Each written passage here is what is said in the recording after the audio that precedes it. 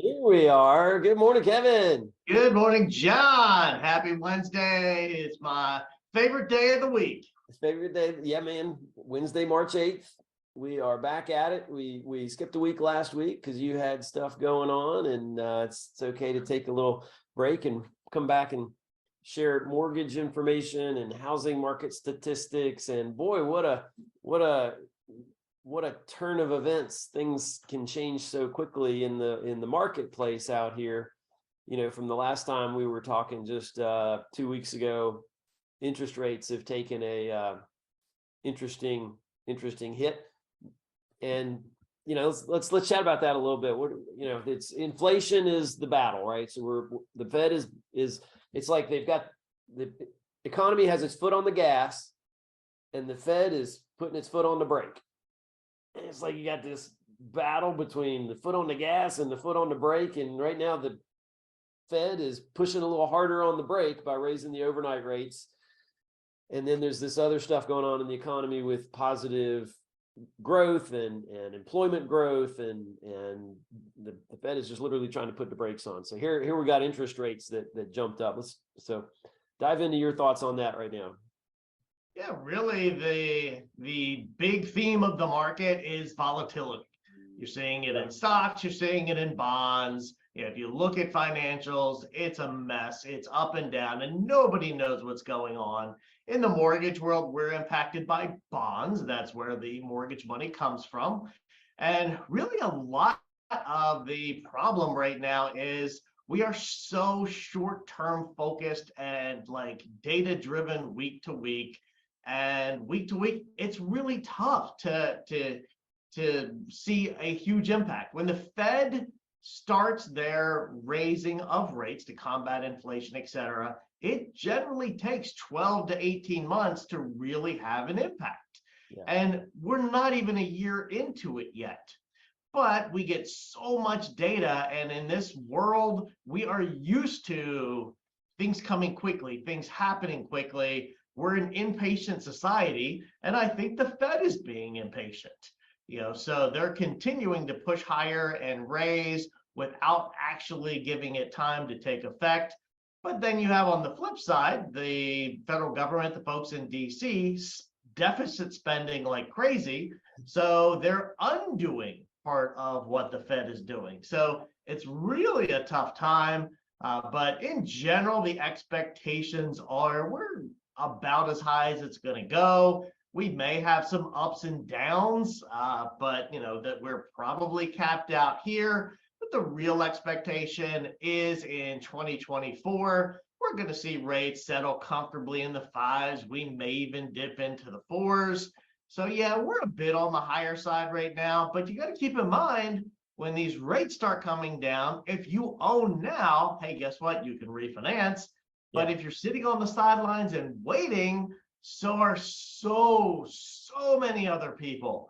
So demand is going to surge, and you're not going to be able to find a house to buy. It's going to be bidding wars again. So you know what? Maybe it's a good time to bite the bullet, pay a little more in interest, but it's probably only going to be for maybe a year or so. And then you're going to be in the home you want, the home you need. And honestly, the best time to buy a home is when you actually need a home. Right. Yeah, I think right now is probably the least amount of competition on the buyer side that we've seen in a while, but there's still buyer activity, and there's fear in the marketplace, and fear is where some of these volatility aspects are coming into play. There's still a lot of competition at first-time buyer price points and downsizing price points. If you're looking at a home of less than $300,000, there's a lot of competition, and you're even competing with cash buyers. Yeah, there's the house in my neighborhood that listed this week that was a nice little rehab, went on the market at $275, and it sold in the weekend. They had it listed, and they had a driveway full of cars and showings throughout the first weekend.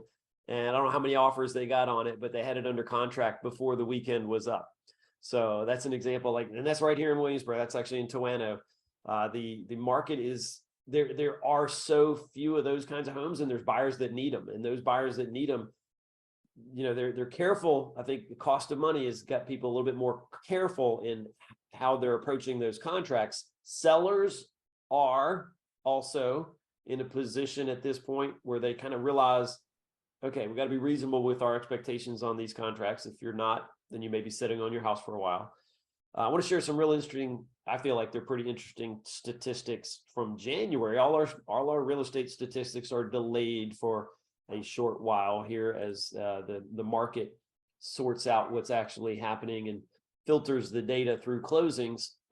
But the market data for January, actually for instance, for York County, this is kind of interesting.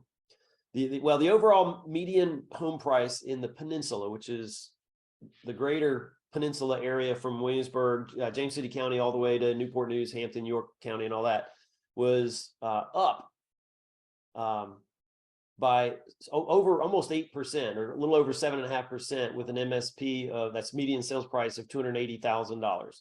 In York County, the median sales price was $421,000, which is up 25% from January of last year. James City County, median sale price is $437,500, up 3.6% from January of last year. In Williamsburg, and this is gonna be the sort of the obliteration, is that the median sales price was $422,160. And that's significantly higher than it's been traditionally, but it actually is a little lower than it was last year by 15.6%. And part of the reason is the number of sale transactions in Williamsburg is often really low, because there were only 6 units that sold in Williamsburg. So in those 6 units, some of them were lower priced. And when you get a $2 million home that sells in Williamsburg, which is not uncommon, those sale price variations are really high in the Williamsburg market. But now that's just 6 units listed in the RAIN system. Doesn't count the Williamsburg area Realtor Association MLS, correct? Yeah, this summary is brought in by RAIN, which is just, it's a nicely packaged summary. Now, usually they're overlapping, but the Williamsburg MLS does have specific data just for Williamsburg itself. The market is still a small pocket. So but this market statistic really is pointing to the picture that the market here in the peninsula area of Virginia is very stable, very strong. Prices are not going down. They're staying very stable, if not on the rise. We're always going to see that variation in Williamsburg because we have homes that are in the $300,000, $400,000 townhome condos on up to $2 million, homes in Governor's Land and Ford's Colony and all these other communities that are here in the area. So there's such a variability in the pricing of those homes. It's very difficult to see a median sales price that doesn't fluctuate tremendously month to month. But statistically speaking, we're in a very stable market here in the peninsula, and these statistics are really showing that. And that's January this year from January of last year.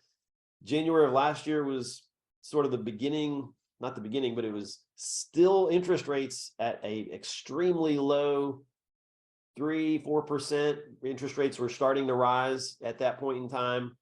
So the next few months is where things really shook out. We're going to see some more variations in these statistics.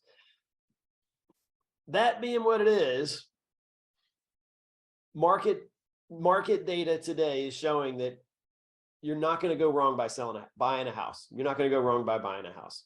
And real estate always appreciates over time. Yeah, always has, always will. Other than maybe a couple relatively short blips, it always appreciates. And I hope that people are understanding this conversation that you and I are having. We're not forcing anybody or making somebody feel obligated to make a choice that they're not comfortable with. Our job here is to inform and educate and provide information that is helpful, because we want people to make smart choices and really avoid costly mistakes, whether it's in mortgages, real estate, or anything else.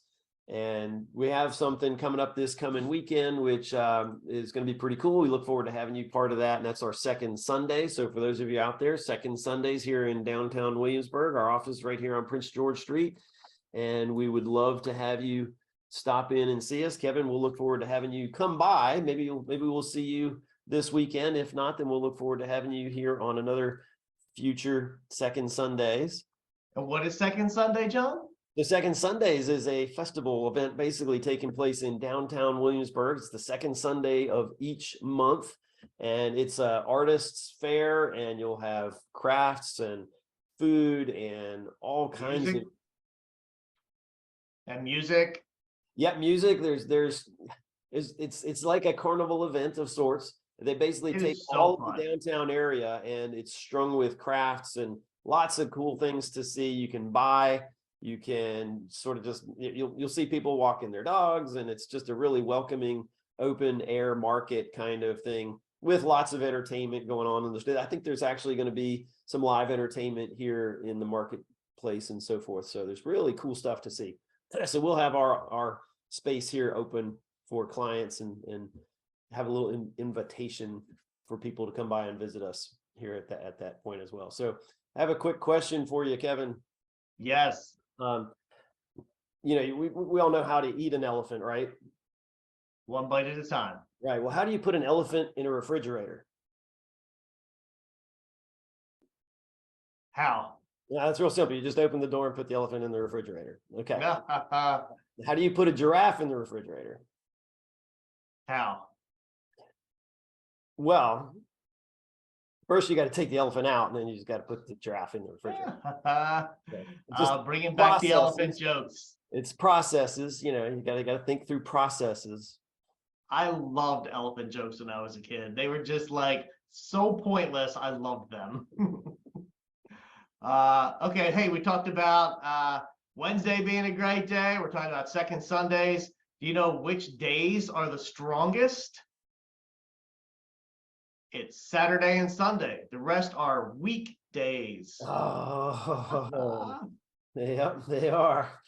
Yeah. On that note, that is a good final way to wrap up, because we're looking forward to the weekend, and everybody looks forward to the weekend. We look forward to weekends on our job because we're still working. Yep. If anybody is looking to buy a house, if you have a need, give John a call. He can be your advocate to help you find that property that is a great investment or is just a great fit for your family. Absolutely. And Kevin, you're the guy here for mortgages, and we got your contact information. It'll be in the link.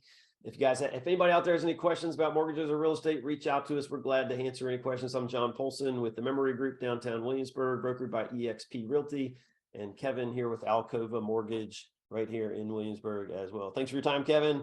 Great call. Look forward to John. Till next week. All right, man. Thanks a lot. Have a great day. You too.